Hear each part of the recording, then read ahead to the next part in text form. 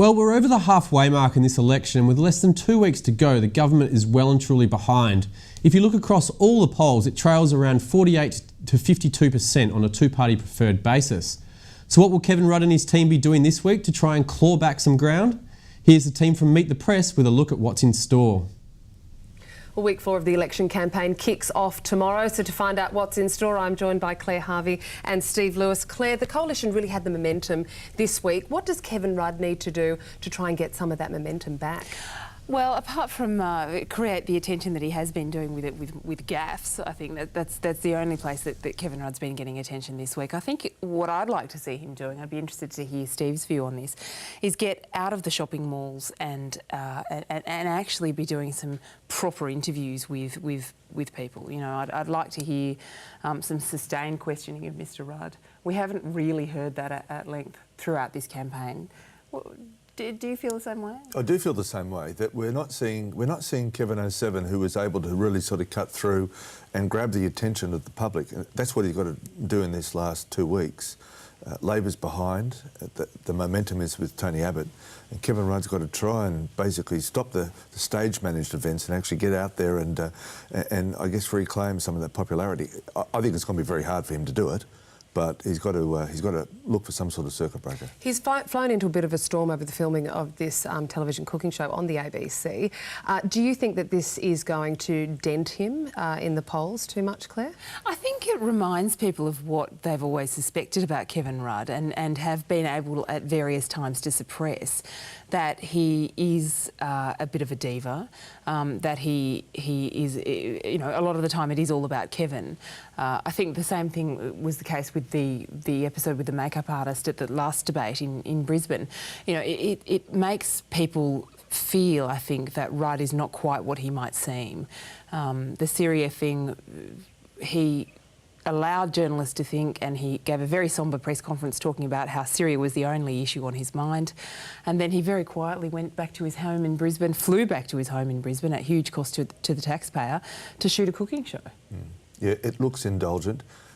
As you say, it does remind people of the Kevin Rudd as old. The Kevin Rudd who would keep the Chief of Defence Force waiting for 4 hours because Kevin had something else. The sort of chaotic, dysfunctional Kevin Rudd who is all about himself. And I think that's the problem, that this latest gaffe will remind people of the Kevin of old. OK, well, let's talk about some policy now. The coalition launched today. One of the centrepiece was the policy on apprenticeships. Yeah, it's a masterstroke, I think. The clever thing about this policy is that it really doesn't cost the budget very much at all. There is a small cost. But because this is a loan, just like the Higher Education Contribution Scheme, the government will get this money back if it is, in fact, an Abbott government. And it's a great reach out to the voters in, for example, Western Sydney, I think, and the suburbs of Brisbane and Melbourne and Adelaide, where voters are hoping for their children to enter trades. They're looking for work, making sure their children have work or have the prospect of work. And, you know, plenty of young voters are actually looking at starting out a career in the trades, aren't they? Exactly. This is a policy aimed squarely at the Howard Battlers, the tradies out there in the western suburbs of Sydney and Brisbane and Melbourne who came across to the coalition.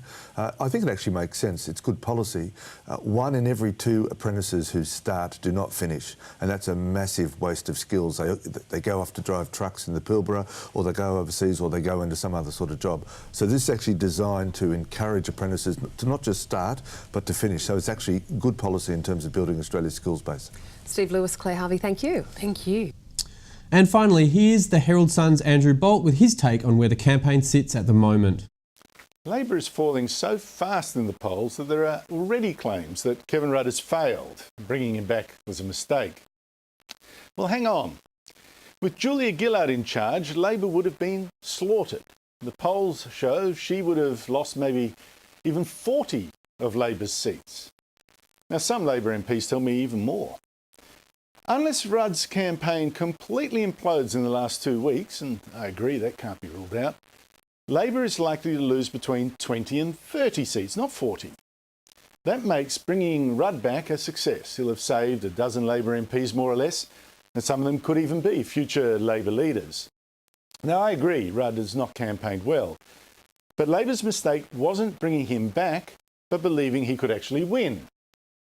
That led Labor to fight for seats at first that never win, and when the sugar hit faded, it left many in Labor feeling more disappointed, flatter than they should have been. They should buck up. It could have been worse. You can catch the show every evening across all News Corp websites by following the links to the Voice of Australia. I'm Josh Wall, thanks for your company.